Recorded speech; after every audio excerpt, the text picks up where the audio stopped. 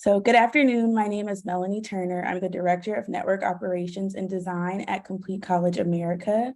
I've had the joy of co-leading the HBCU Digital Learning Infrastructure Initiative project. And we are excited to feature our students' voices today. So I'm joined by three phenomenal students who will introduce themselves in a second. We are huge advocates of incorporating student voice and listening to what they need and want to be successful on their campuses. And so that is why I am thrilled to host the student panel today. One moment. Sorry, Siri's talking. So I'm going to go ahead and turn it over to our students. I have encouraged them to share all their accolades, achievements, just about themselves, and then we'll jump into questions. Again, please send your questions for them in the Q&A box, and we will work those into the conversation today.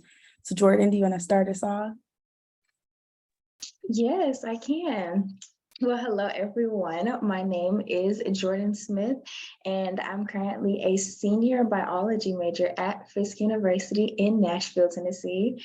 And at Fisk University, I serve as the 87th Miss Fisk University. And on top of that, I'm also an intern with the Meharry Medical College HBCU Bonus Project, where I do projects every year and I research infant mortality, which is a health disparity that affects African Americans within Nashville. Of course, it affects others elsewhere too, but that's specifically what my project is on because I have a concentration in child and maternal health.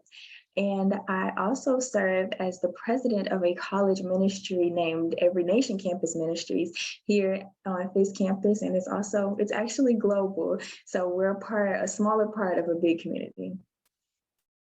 Thank you for joining us, Jordan. And Zala, you want to go? Yes, thank you, Melanie. Hi, everyone. My name is Nzala Francis. I am a senior English major. I currently attend Spelman College in Atlanta, Georgia. On my campus, I currently serve as a campus ambassador for Dell Technologies, as well as the lead director for Spelman Protege, which is a mentoring organization on our campus in which we pair freshmen with juniors and seniors in their career interest and major to help them with professional development opportunities, networking skills, interview skills. We really focus on that, as well as just participating in a few other initiatives around mental health. I also am a general body member, a part of AUC Chill, which is one of the student advocate mental health organizations on campus as well. And I'm very glad to be here. Thank you. And last but not least, Joshua. Greetings, everyone. I'm Joshua Wright. I serve as the 8th Mr. Rush College in Holly Springs, Mississippi, where I am a senior mass communications major. I also serve as the president for our student ministries here and for our chapter of Collegiate 100. I am also a student leader in the dorm where I serve as a senior resident assistant. And I am also internshipped over the summer with the Upper Brown program at Tougaloo College and as well as JBL with their programs they have there as well. Y'all have done so much on your campuses, so it's an honor that you were able to make time for the webinar today. So I'm going to jump in with the questions that I prepared. Again, everyone, please send your questions in the Q&A box. But I do want to start with just you describing your HBCU experience. So in the work we did in the research on digital learning, a lot of the conversation was about the culture of being on campus. So just talk a little bit about your experiences, how you've built community, the support systems that you have, and anyone can jump in. Okay, I don't mind speaking first. Like I said, my name is Nzala and I currently attend Spelman College. As you know, Spelman is the #1 HBCU, but also an all-girls HBCU in the Atlanta University Center, which means basically my entire college experience has been very unique, very different even from my HBCU siblings. In terms of culture, I feel like freshman year, obviously pre-pandemic, we had the opportunity to go through NSO, have all the traditions, really get tapped into our Spelman alumni network, which is just such a beautiful gift. Honestly, I think that's like one of the best gifts that Spelman has given me is the alumnihood through our sisterhood. But our experience has just been so different. I think I really love that collaboratively, a lot of our traditional events that we have every year, like Market Friday, Hump Wednesday, all of these things we do in collaboration across all of our campuses. As well as we also have like cross-registering, which gives us an opportunity to attend the other schools in the AUC. So that's kind of like a little bit about the experience. I think I really appreciate like the classroom environment. All of our professors are truly, truly amazing. I haven't had a professor that I wasn't able to see my growth by the end of the semester, even if it was a little bit challenging. And all of our teachers, I feel like one of the things I really admire about being at an HBCU is that all of our teachers genuinely care about us, even beyond academics. So if something ever happens, or if there's a family death or a health emergency, our teachers are very understanding because they want us to win. They know how hard we work to get into these institutions. And I think getting to experience that, especially through COVID and even in the virtual setting, was really, really like eye-opening, and it meant a lot to me. It unlocked a new level of respect for my professors, just seeing how willing they were to extend the same comfort and support that we get in person in the classroom, even virtually. Thank you. Jordan or Joshua? I would say, well, I attend Rush College, which is in Mississippi, and most people don't know we are the first HBCU ever created in Mississippi, and it is a small campus. So I think one thing for me about our culture here is that with it being a small community, everyone knows each other for the most part. So we get a chance to really get to know each other, and people really get to know what people's backgrounds are, and it helps in the classroom because you're not seen as just a number. Your professors actually know you by name. And if you're missing or if you're struggling with an assignment or different work in the class, they actually call you and say, hey, what's wrong? Come to my office hours. Let's see how we can solve this. So I think with our campus being so small, it helps to keep everybody close knit because we know we have to lean on each other. So the experience like having Hump Day Wednesday and having a different organization day or what we have called Blue Tuesday, where everybody sets up tables on the plaza to show off their organizations. It's just fun to be able to have that experience, and especially coming from a bigger city. It's fun being able to come to a place where everybody knows you by name and not just as a number. That's really great. Jordan, you want to add anything? Yes, so as I said before, I do attend Fisk University, and I would agree with what Nizala and Joshua said before because as you know, Fisk is a smaller school, and so there's always an opportunity for you to know everyone. Everyone on campus is familiar. And one of the things I love about that is that you can literally just walk up and start a conversation with anybody and get to know anyone at all on campus, whether they be students, faculty, staff, professors. It doesn't matter who they are. Like everyone is genuine and everyone is willing to genuinely listen to you and genuinely learn more about you. One of the reasons why I chose a HBCU in the first place was because of such the great experience that I had when visiting, because everyone was so nice and everyone was so just welcoming, and they really made Fisk a family because we can always lean on each other, we can always talk to each other, and we know at the end of the day we've got everybody's back.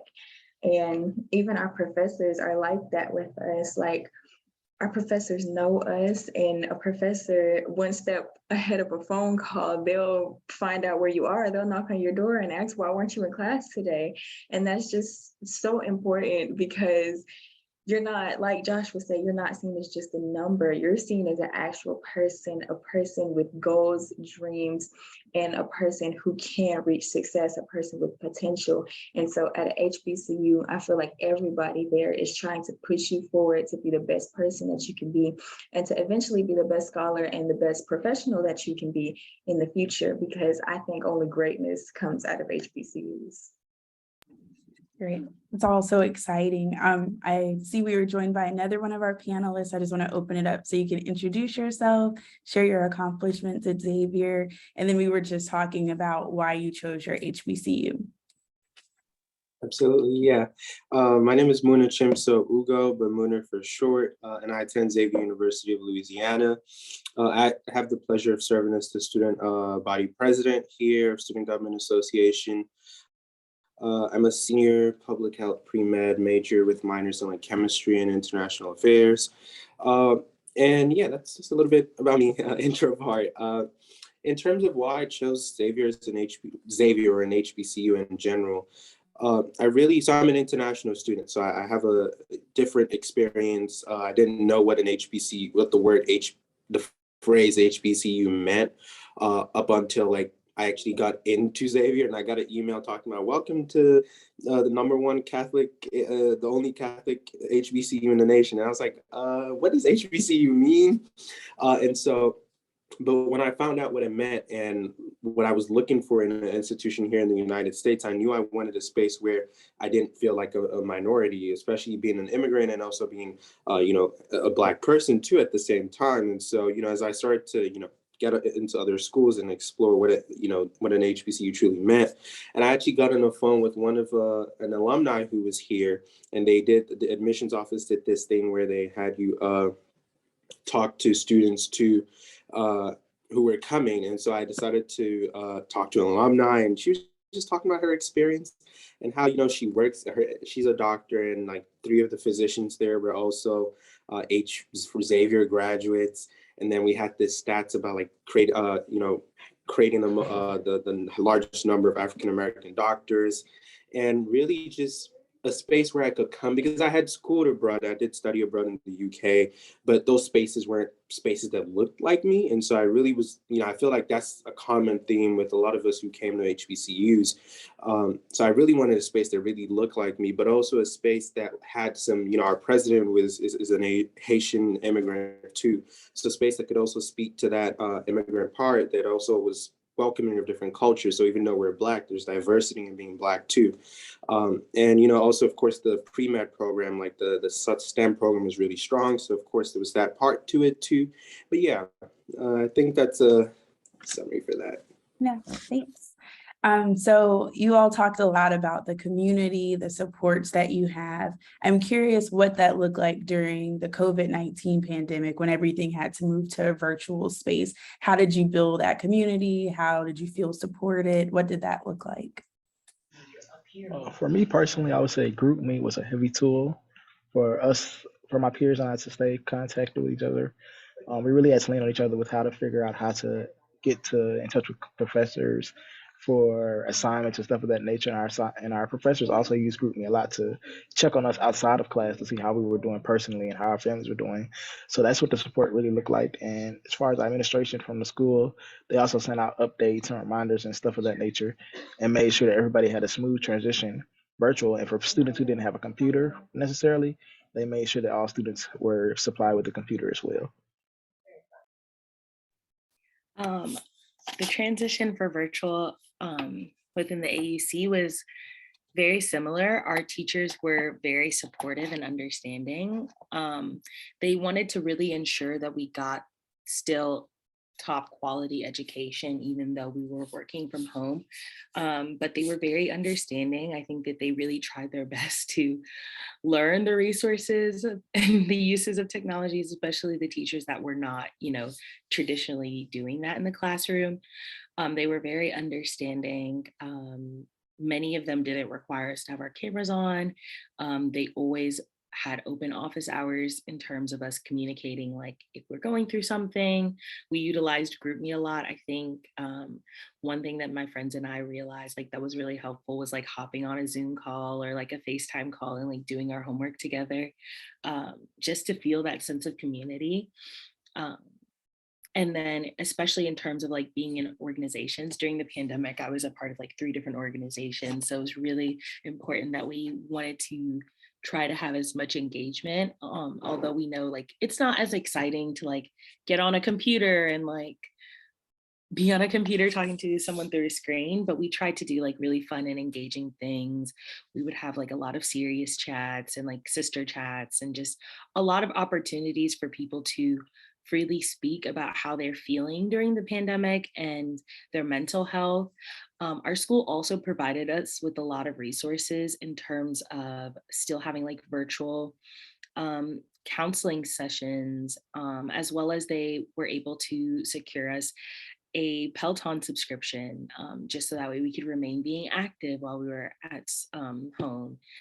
And just like different things like that. There was actually like quite a few things that we were able to get, or like subscriptions that we were able to utilize to like help ease and like manage the workload and the stress. I will say though, when you're coming from a school that's not traditionally offering online classes to being completely virtual, it was a bit of a rough transition the first semester, just kind of getting into the swing of things with like the teachers and us and like connection issues and just like little things like that.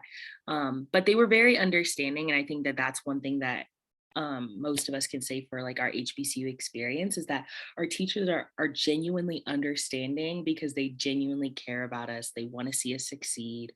They want to see us change the world, and they want to provide us the best light on that path. Yeah.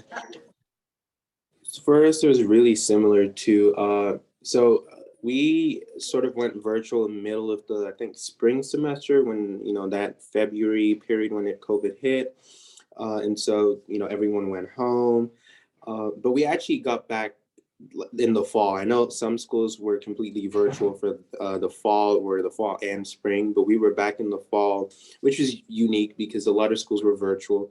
But we were like hybrid in person. But part of it was, the school recognized the population that we serve, and recognizing that some students didn't have proper living environments to be virtual and go to school. So it was more like classes were still all hybrid, but we gave students the opportunity to be able to be in person and in the residence hall, so a space, learning environment space. The library was open. Of course, the regulations were shifted a little bit to make sure that safety was maintained. But also, I think something that was very important that they provided was the virtual, mental health counseling, health services that we were doing testing, because at that time it was hard to get testing, and so that was really unique to see, especially because majority of us came back in a hybrid sense where our classes were virtual, but we were still in person. And so that allowed us to still be a little bit closely knitted. So we still had events, but we came up with things like event monitors. And so there was, regulations like you could have events, but you had to, if a room, it had to be 50% of the room's capacity, because we didn't want, a cluster of people to spread COVID. And the event monitors were like health trained. So they knew, okay, we need to provide sanitizers, stations at this different positions. But it was really difficult in terms of academics. I think that was the part that was really hitting, because people were losing family members. We were all in disarray in the, in the world in general. And something, students were advocating for pass-fail on campus. I was a part of student government then too, as the vice president. And something we decided to do, pass-fail was a little bit difficult because some medical schools at that point were not accepting pass-fail. And so as a STEM-heavy institution that, really focused on that medical or graduate or health professional, and these schools weren't accepting it at that point. We met with the administrators, and they actually decided to reduce the GPA requirement to keep your scholarship. It used to be a 3.3, and they took it down to 3.1, and that was sort of the middle ground. Of course, later on, medical schools and graduate schools were now willing to accept pass-fail, so then we did adopt the pass-fail policy. But considering that they were able to, because people had hardships, they were able to adjust that GPA requirement, was a huge success for students and administrators. It really showed the students that, the administrators care for us, and they understand, because usually the thought process is, professors want, you need to have high grades, like high performing academic institution. But at the same time, we're humans, and people, even the professors had their family members who were people who were losing family members too. But I think that was the most exciting thing to see from our institution, being able to, the mental health services were provided. Yes, we had programming, but also like actually taking action that could impact people, because, people were getting grades not because they weren't intelligent, but it was a time where people couldn't truly give their all. And that was a good reflection to reflect that times were changing too. And then moving online, I think we had the same challenges with a lot of schools with like the technical difficulties. We have some of our lovely professors that didn't want to, have classes completely online, and they didn't know how to navigate the Zoom spaces. But what I found was interesting is students would show teachers like, okay, this is how you can allow us to edit your screen on Zoom, or this is how you allow us to share our screen too, so we can show you that we're also doing work in class. And we would have like town halls, like that were virtual. That way we could also hear the concerns of students, even if they weren't like in person. And similar to other schools, we provided technology for students. So I think we already had a student computer and iPad loaner program. And so they just hyped that up and put more funding into it. And so if you didn't have a computer, you got one, an iPad, you got one. If you weren't on campus and you were at home, I think they actually supplied students with internet capabilities. They got like a external company, I think it was AT&T, I can't remember specifically, but the school would actually pay for you to receive internet services in your home, which is unique because I'm sure it cost a lot, but it showed that they prioritized the students. And so it was a cost worth spending. Thank you. Jordan, did you have anything? Yes, our our transition to virtual actually was very similar. At first, when COVID first hit in spring of 2020, everybody was very patient with each other, trying to make that transition, because at the time, nobody had really put much thought or effort into doing all online classes, because that wasn't necessary before then. And so everybody was very patient with each other to figure out how we were going to make it work, figure out how we were going to make extracurriculars work, how our teachers were going to transition to virtual, how our admissions office or all of our staff was going to transition to online and still make the most out of their positions. But by the time we got to the fall, our school in particular, we were kind of on a hybrid model also. All of our classes were online. However, we had the option to either stay at home or live in our residence halls. So you had the option between which one you wanted to do. But everybody was going through the same thing in terms of taking all of their classes online. And then by the spring, you had the option to take some hybrid classes. They were in person some days, virtual other days. But I think that just really helped us all to grow our knowledge of technology, really, because we received so many new virtual resources that we didn't have before, or that we didn't even know about before. And so many new subscriptions that we're able to use for anything, for our research or for regular assignments, or even for our extracurriculars. I know a lot of general meetings were taking place either Zoom or Teams, and we all had to come on camera because we needed to see each other and have some sort of mock face-to-face type of interaction. And with our professors, we had a lot of professors to be very patient with us. All of our professors really were very patient with us. And most would give out either their cell phone number or their office phone number, so that we had a regular way to contact them. And of course, we had their regular email too, but in a way that their cell phone number and their office phone number helped us in a way that helped us to really reach them at any point of the day, or that helped us to have some sort of interaction with them rather than just typing on our computer and getting a response back. We could actually hear their voice, or we could actually hop on Zoom and have some sort of face-to-face with them. But everybody was very patient in those learning times, because now we still have some virtual meetings, we still have some virtual events, because we've really learned how to make the most of the virtual environment, I think. And we're still growing, of course, but it definitely was a learning experience. Thanks. So that leads into my next question. What are some of the things that were done digitally, maybe in response to the pandemic, that you all are like, oh, we still do this, or I wish we were still doing this? It could be adjustment of office hours, virtual events, connecting with your friends. But just what do you wish or is still like maintained now that we're out of the pandemic? Yeah, I think something that I love that we still maintain is before office hours were really just in person. You had to go to the professor's office, but now it's something that's, is it a virtual? So like, I think my organic chemistry professor, she'll have her computer on Zoom on, and you can come in person or you can be virtual. And it really appeals to our commuter students who in the past would have to stay longer just to attend office hours because they're mostly in the evenings. And that's something we still keep. And I've noticed institutionally, it's shown the institution that we can have hybrid classes. We can move to offer online classes to students. I think we have a student this year, we've had an increase in the amount of students who are undergraduate but are fully virtual.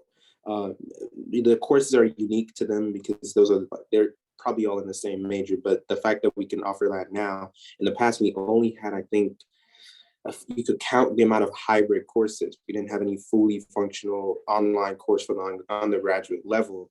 And so now we have that, and it's really nice to see. And I'm even in a fully hybrid, fully online class, but I'm in person because I have other classes that are in person too. But I think that's something that's unique that can allow students to, explore who, a lot of our students are working. A lot of our students have lives. We have students who are parents. And so it sort of caters to them to be able to adjust for those things. So, the Zoom transition, got the Zoom package. Now we do a lot of streaming movie nights instead of having actual face-to-face movie nights. We actually just stream, shared movie nights type thing. So it's also helped our programming too. And we have a lot of live streaming. We had our Founders Day convocation yesterday, and it was in person, but it was also live streamed, right? So we can even reach a broader audience. We're growing our YouTube pages. So for me, it excites me because then more people can get to see the beauty of our institutions, our HBCUs, because a lot of times it's localized. But now that it's digital, it's there for everybody to see. So yeah. That's great. I agree. I really enjoy the opportunities and the capabilities that just having a virtual learning environment has provided us. Although our school isn't really doing virtual classes, like there are some professors that do still have virtual classes. Most of all my classes are in person unless one of the professors are maybe sick or something like that, which I think has really been helpful. Me personally, I really wish we still had hybrid, just because I know for me during the pandemic, one thing I really spent a lot of time of, which I think really helped me with being a Caribbean American student and kind of adjusting to an HBCU environment, was being hybrid and taking that time to navigate my time how I want to, and having my own steady space. But I did really like the hybrid learning. I think obviously there are some classes that need to be in person, but for the vast majority of it, I really did enjoy that. Another thing that they really did well with just the virtual setting, I think it kind of forced our professors to be a bit more organized in terms of their coursing, their planning for the courses, which I really liked. And I think that kind of helped. I think being forced into a situation where we had to utilize all these technological advances that we have access to really showed professors, okay, now that we have access to these things, we can leverage these tools as we are continuing on in navigation of these courses. And we don't have to stick to the traditional way of learning. We can also provide our students with things and tools that meet them where they're at.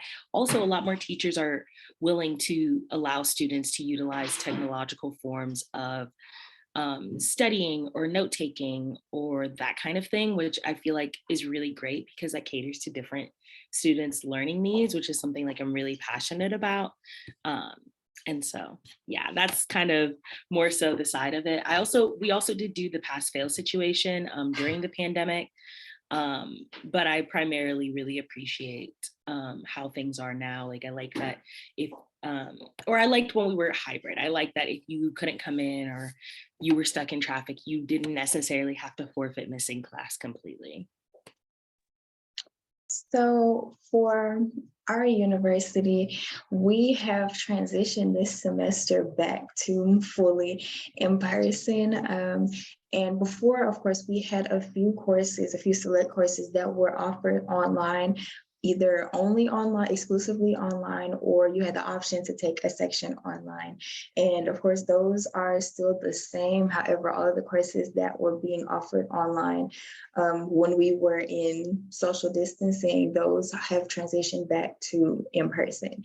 And some of the things that they still do that I really like have to do with like our extracurriculars and our personal connections and relationships. For example, like how they said before teachers' office hours, we can have the option to either go in person or to schedule a virtual meeting with our professors, or we can hop on during their virtual office hours, just to have several options available for us. And it doesn't matter where we are or where we're tuning in from, we can still get the help that we need, even if we're on vacation or we had to travel back home for any reason, we can always still hop on and ask for help. And I think that's so important, to just have the opportunity there for students. And even keeping connections as far as extracurriculars, there's still like a capacity on how many students or how many people in general that we can have in one space at a time. So when people are planning larger events, like for events that would typically pack an entire room, you might want to move it to virtual so that you can have even more people come. And that in itself would expand the event, because outside people that are coming from different states or different cities, they can also tune in.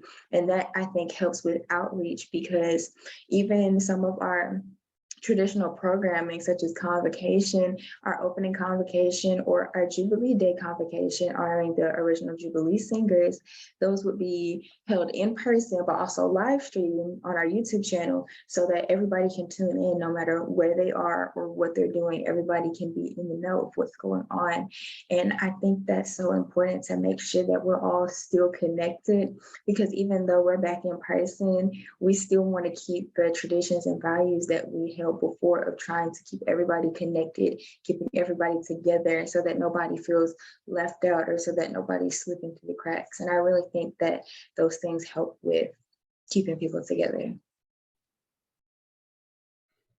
I have to agree. I think I love the way that we have now started live streaming things more.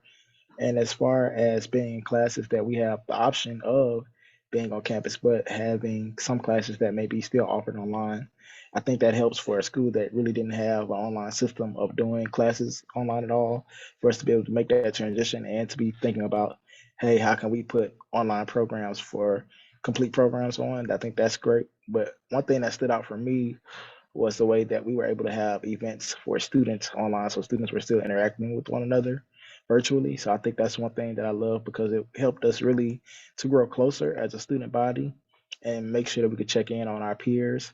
And also, as a student recruiter, we did these town halls where we would let parents who were concerned or incoming freshmen, we had Facebook Live sessions with them where they could ask questions and hear from students and faculty members.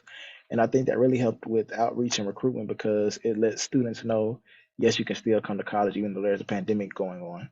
So I think that was something that I really loved being a part of, and something I probably will continue even though they can come to the campus now. That'd be something I probably would continue, because that was great even for students who may be far out of the state or out of the country who are not able to come here physically. That's a good way of them to get connected. Perfect. We have a question from the audience. It's, are there technologies that you all use personally that you think would be useful for your HBCUs to also be using, either for teaching and learning or community building or the social emotional connection? If so, why? So I know you mentioned GroupMe, but are there other things that you're like, we already use this, we need to incorporate this into campus, that maybe administrators or professors aren't thinking of? Yeah, actually, I would say one tool that really, really helped me during the pandemic was Notion. My cousin, she goes to Howard University, and we would get on Notion and we would kind of like together at the same time, like go through our syllabi and like kind of just put in all of our assignments and like get really organized, which I think was a really cool tool. And I feel like it would have been a really useful platform for teachers and professors to kind of utilize to share and communicate information that maybe Canvas or like our student provided like services don't necessarily give us. I also I really love the Peloton subscription that they gave us. Mine actually sadly ends in November, and I am very sad about that. I'm hoping they were going to bring it back before I graduate, because it was very useful and like really good for my mental health. Also just like the option of like virtual meetings in general, that's just something that I hope our schools never really get rid of, because especially being at HBCUs, a lot of times a lot of different clubs and organizations have things at the same time or like very closely like timed. And it's sometimes difficult to run from like one side of campus to another, especially if you're a commuter student. So it's really useful having like the virtual option to do things, that kind of thing.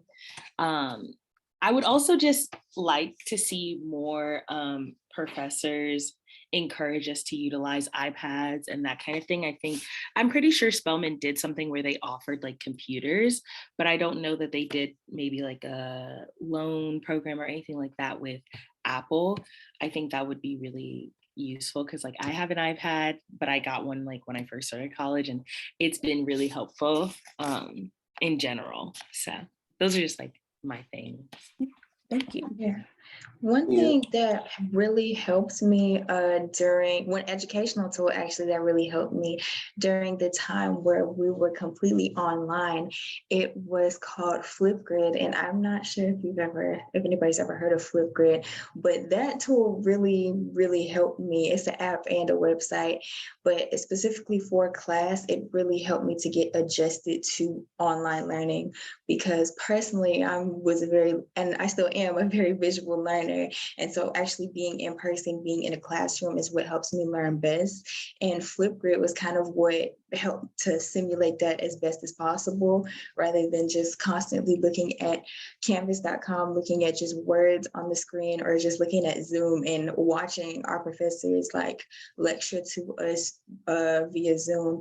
Flipgrid really helped because it allowed every single person to speak. Like it allows everybody to speak in their own turn, say whatever they want, and you can respond to your classmates as many times as you want to. You can respond to the professor as many times as you want to, and everybody gets to see what you say or see your response.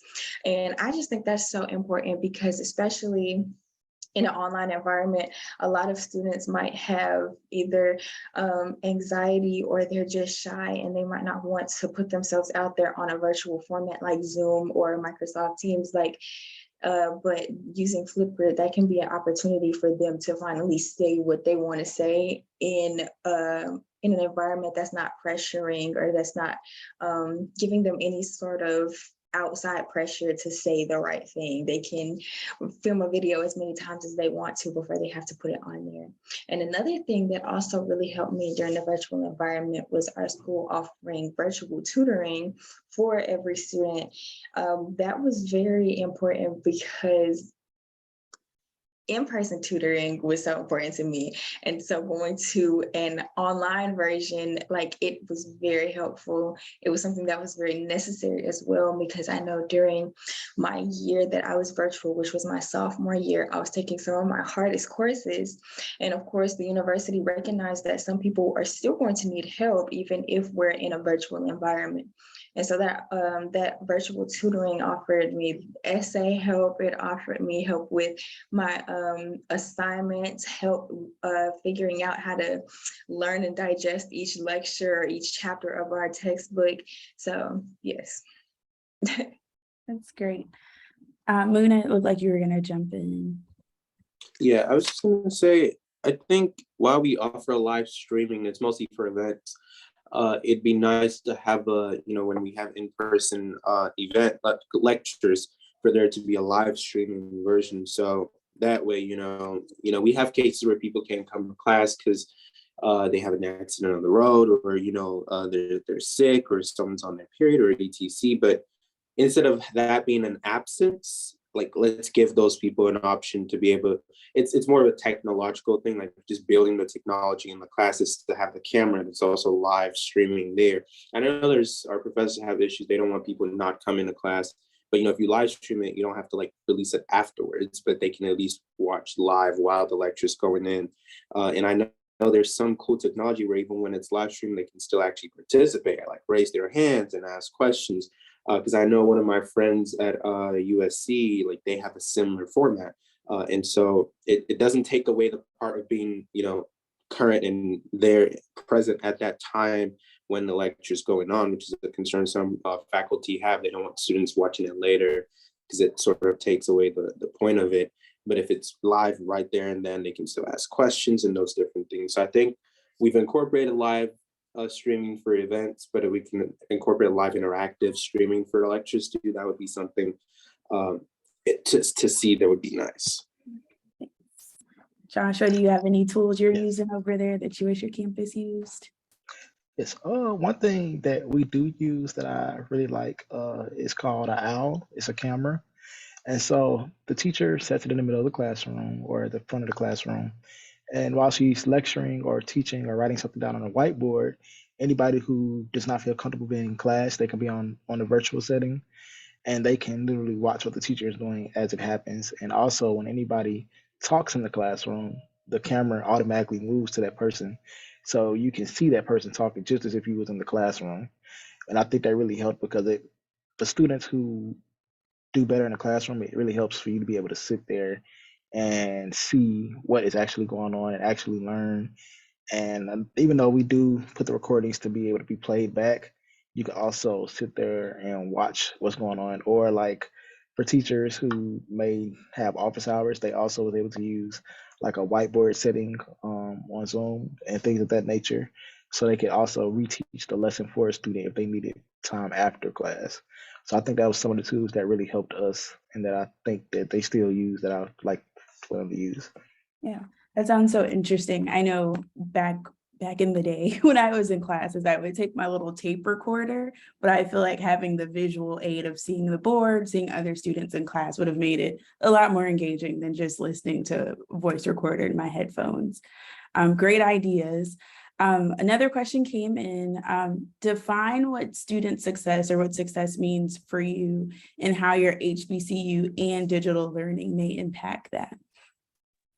I love this question because that was like such a huge thing. Like, obviously, I remember being at Spellbound. I'm like, oh my gosh, wow, look at all these amazing, successful Black women.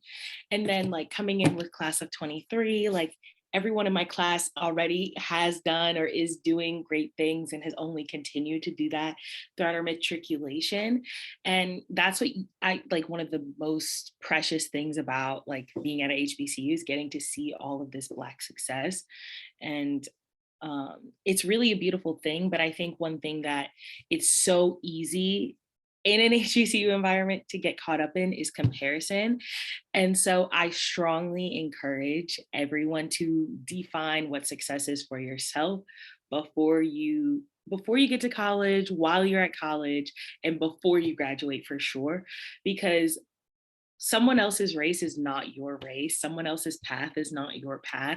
And it is okay to have two equally bright paths.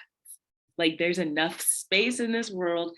There's enough room on our campuses for everyone to have their own race and have their own level of success. And just because your success doesn't look like someone else's or it's not as publicized as someone else's doesn't mean you're any less successful.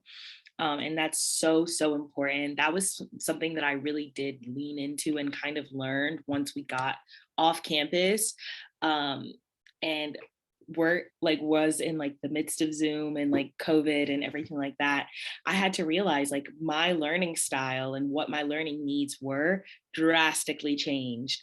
And it was really, really hard because obviously, like, when you're in a classroom with all these girls that are like you're all trying to get A's, you're all trying to succeed, but you might be having a little bit of difficulty. Like you might need to get tutoring virtually, or you might need to utilize your resources. You might have to come up with a different study plan and leverage your community, whether it's your classmates or different things like that, and different tools on your own. And I think it's really important to know that it's okay to not have it all figured out as long as you keep moving forward. Like that has been like one of the greatest measures of success for me, is like, despite the fact that I might not have everything laid out, like saying yes to things and yes to opportunities that are in my path, that I have the like I do have the bandwidth to do, is like really amazing. And like it creates your own self-rewarding scale of success. So I just really would encourage not to fall into the trap of comparison. It is really easy. But being at a HBCU, if it has taught me anything, is that it's actually not a crab in the barrel mindset. It's everybody has their own lane. We just need to all learn how to stay in it. You can look and wave at other people across the lanes, but as long as you keep your eyes on your road, you're good. So that would be like my biggest advice. And like, remember, you define what success is for yourself. If you have faith, then lean on that and use that as a frame of reference, but really understand that as long as you are proud with who you are and what you've done and how it has changed you and made you a better person at the end of the day, that is all you can accredit to like what success should be. And don't let your failures feel like stop you. I don't really look at life as having failures. I don't really have failures. I have lessons, but be willing to lean into those lessons as well. Great advice. Yeah, that makes your Really success good advice. story. Yeah, I have to Yeah. agree. You cannot let your failure stop you. Somebody who's afraid to fall will never succeed because they don't take that fall. So they can't learn from their mistakes. So that's one thing I've had to tell people and also learn myself is don't be afraid to fall and don't be afraid to fail. And another thing is you have to set goals for yourself. Like you have to set your goals because your pace may not be somebody else's pace. And the only thing you can ask of yourself is to give your best. And you have to be happy with the fact that your best is your personal best. We are all unique individuals. So even though, yes, I may want to see myself do good just like my friend, I have to use that as an inspiration, not as a, oh, I have to be just like them. So I think that's one thing I've told people is you have to be comfortable being you because once you're comfortable being yourself, then you can reach the goals and go past the boundaries that you have set because you know who you are as a person.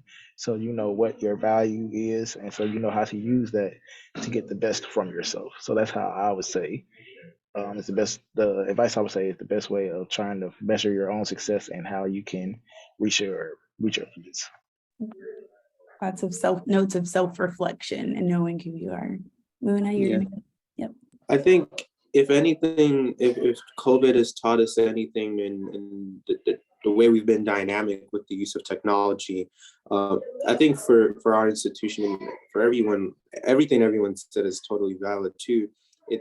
But also that definition of success is that anything's possible because I didn't think that our school, there was, some processes were so, face to face. You had to fill out this form to change your major. It could be virtual, like so quick with a snap of a hand, it changed.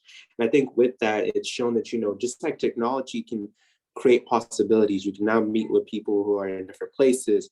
It's the same thing with that success, right? Like people talking about, we have different paths. And so, it's possible for you to follow your own path. I'm in a STEM heavy school, which focuses really on pre-meds. And, it's a hard thing for pre-meds who are, I want to go to med school and recognizing that, there's different paths for you. It might be a gap year, it might be a master's program, it might be nothing. You do your own path. And something I really realized and I appreciated, Xavier, is, while everyone's competing for medical school and they want to be great, there's still that family feeling where, we can take a test. And one of my classmates was actually saying, we can all get hundreds. There's nothing stopping you from doing that. So there's no point of being one person who gets 100 because it doesn't make you better or worse. If everyone gets 100, that's great for everybody. And I think really with technology, it's shown us the possibility and the diversity in our education system where we can learn differently, we can think innovatively. Because even as students, because being an SGM, we have organizations that have had to think and innovate the way they carry their student body meetings. Now, I was in organic chemistry last semester, and when we had tests coming up, we would just have Zoom meetings. Now we were all in person. One of my friends she was working, so she just got off work. It was just better to have a Zoom call or a FaceTime call.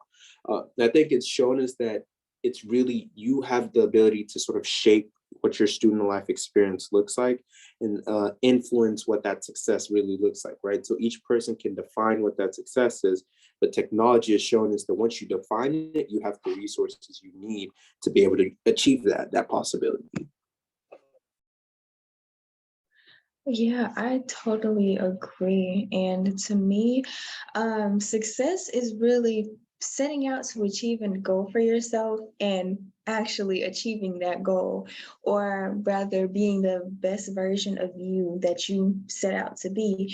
It's about making yourself happy and being in a space, being in a situation that you've always wanted to be in, being where you want to be in life, I think is success. And I think that all successful people can be seen because they're influential to others, whether they know it or not, whether it's intentional or not. They're very influential to others because other people can see that they've worked hard. They can see that they've reached their goals that they set out to do. They can see that they're overachievers, they're go-getters, and they can see that personality shine through them. And you can really look at somebody that's successful and be like, wow, I want to be like them, or wow, I wonder what they did to get where they are, because I maybe want to do the same thing. And I think that HBCUs, whether that be in person or virtually, I think that HBCUs really help to push success in their students, because at a HBCU, like, you never know who you're going to meet on a day-to-day basis. You never know who you will run into, whether that be one of your peers, one of your acquaintances, a professor, or especially alumni. You never know who you're going to run into. You never know who they might be. And so you could be talking to somebody and you can meet someone that wants to do the same thing that you want to do, or they know somebody that's been successful in the field that you want to go in, or your professor knows someone that can give you an internship in whatever area you want to go into, or you have a connection with somebody that's over the program that you want to get into. Those type of connections are stuff I feel like is special to HBCUs, because it's so readily available to make those relationships and to keep them and nurture them. And so you're always going to have opportunity upon opportunity available for you at an HBCU. And I think it's so very important to keep up your relationship with alumni, because alumni are dedicated to pouring back into their school, to pouring back into the next generation that come from their alma mater. And so they're always going to be willing to help future professionals or future successful HBCU graduates, help them to get to wherever they want to be in life. Such good advice. And all the notes of self-reflection, the support, and really knowing who you are and when you need to ask for help, goal setting is all phenomenal advice. I know we're nearing time, so I want to ask an infamous CCA question. So we have a lot of campus stakeholders that are watching or will watch this, leaders, faculty, staff. So if you all were king or queen for the day, what would you do as it relates to digital learning, or what would you change about the digital experience? That would be the question we end with, so that they can take those notes and incorporate it onto their campuses. I think if I was king or queen for a day, I would make it more affordable and accessible. I think that's what I would, because a lot of times the issue with digital services is you don't understand how to use it, you don't understand how to navigate it. And sometimes, it's okay to bring it down a level. We have these high tech things and those different things, but I think I would make it more accessible to students, because I've noticed we have a lot of digital services being created, but they're all like subscription based. You have to pay. But if I had that ability, I think because they're so detrimental and they can show these digital services can affect the success of students in their own way, in so many ways, and the impact is really, it has such a large impact. Just making sure that it's accessible to people, because sometimes we create all these digital technology, but can people, the people who need it, access it? And I think that's something I would try to do.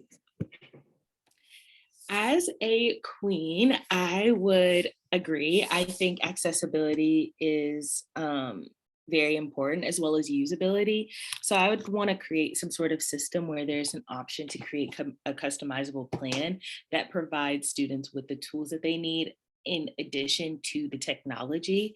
So like for me, for example, being on my computer for longer than like 2 hours, my eyes start to hurt, I get a headache.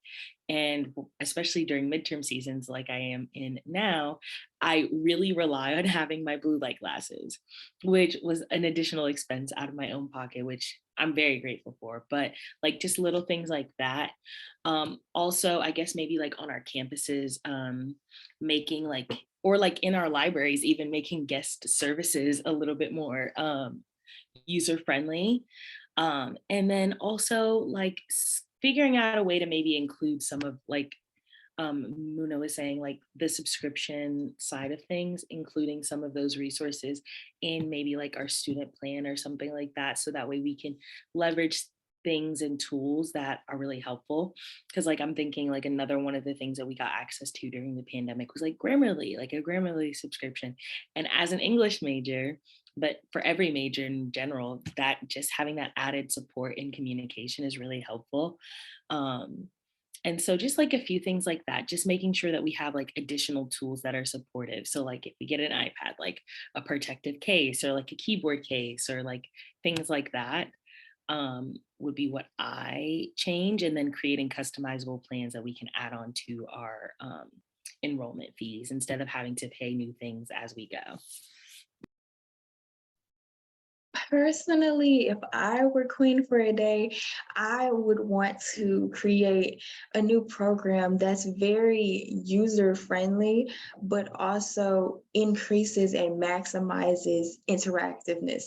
So I know that a lot of platforms that's out there right now that we all used when we were virtual, a lot of them can get very habitual and very boring at sometimes. I know that's how some people thought during the year of 2020 and 2021, because you're always looking at the same screen, you're looking at the same words over and over again. And so I would want to create something that helps everybody to stay interactive with it and to stay engaged in whatever they're doing. Like, because I know a lot of people, when they get into that those habitual moments, they don't want to participate anymore, or they just get used to not participating at all, or they get used to just listening, which is kind of different than how things would be in person in real life, because you're more inclined to participate or to be interactive in a in-person setting. And so I would want to create this type of program because I want people to not be forced to participate, of course, not force them, but have it so interactive and so engaging that they can't help but participate. They can't help but enjoy what they're looking at and enjoy learning, like enjoy their learning materials. If I were king for a day, I would say I would make it more affordable for HBCUs as a whole, for our institutions to be able to get the same technology that some PWIs have that we may not have access to. Because I believe as people of Black excellence, we are some of the smartest people in the world. So why should we not have some of the same resources that for the most part, honestly, we created? So why should we not have access to those resources? So I'd probably make it affordable for us to have more computer labs with updated computers, or our libraries to have more technology resources for audio books, or so we can have a system of being able to find different things in our libraries without having to use an actual paper system. Since we are trying to move into the technology era, why not have a technology-based system where we can have like school announcements posted on big boards around campus that are digital? Or why can we not have um, systems where we can find different resources of how to find books or where to find different internships or things of that nature. Of course, we have different websites like the Handshake Program or LinkedIn, but having a big network where students at HBCUs can really find internships and jobs that are for them and having those connections at different companies. So that's kind of what I would do as far as a digital, or as having a database, something of that nature. Perfect. Tons of good ideas. I want to thank you all, Muna, Joshua, Nzala, Jordan, for joining me today on this webinar. I have tons of questions and we could keep going. I want to encourage our attendees that you all have students on your campus who would love to answer the same questions, provide feedback. So hopefully this is the catalyst to start those conversations with your students. I'm giving you a round of applause. Hopefully everyone else is as well. The recording of this will be available probably next week. Tomorrow, we do have our last webinar of this series in partnership with the Ada Center, discussing how to choose the right student success technology. And that research was also informed by student voice and student feedback. So I've dropped the link in the chat. We hope to see you tomorrow. Again, thank you to our phenomenal panelists. Have a good day. Bye. Thank you, everyone.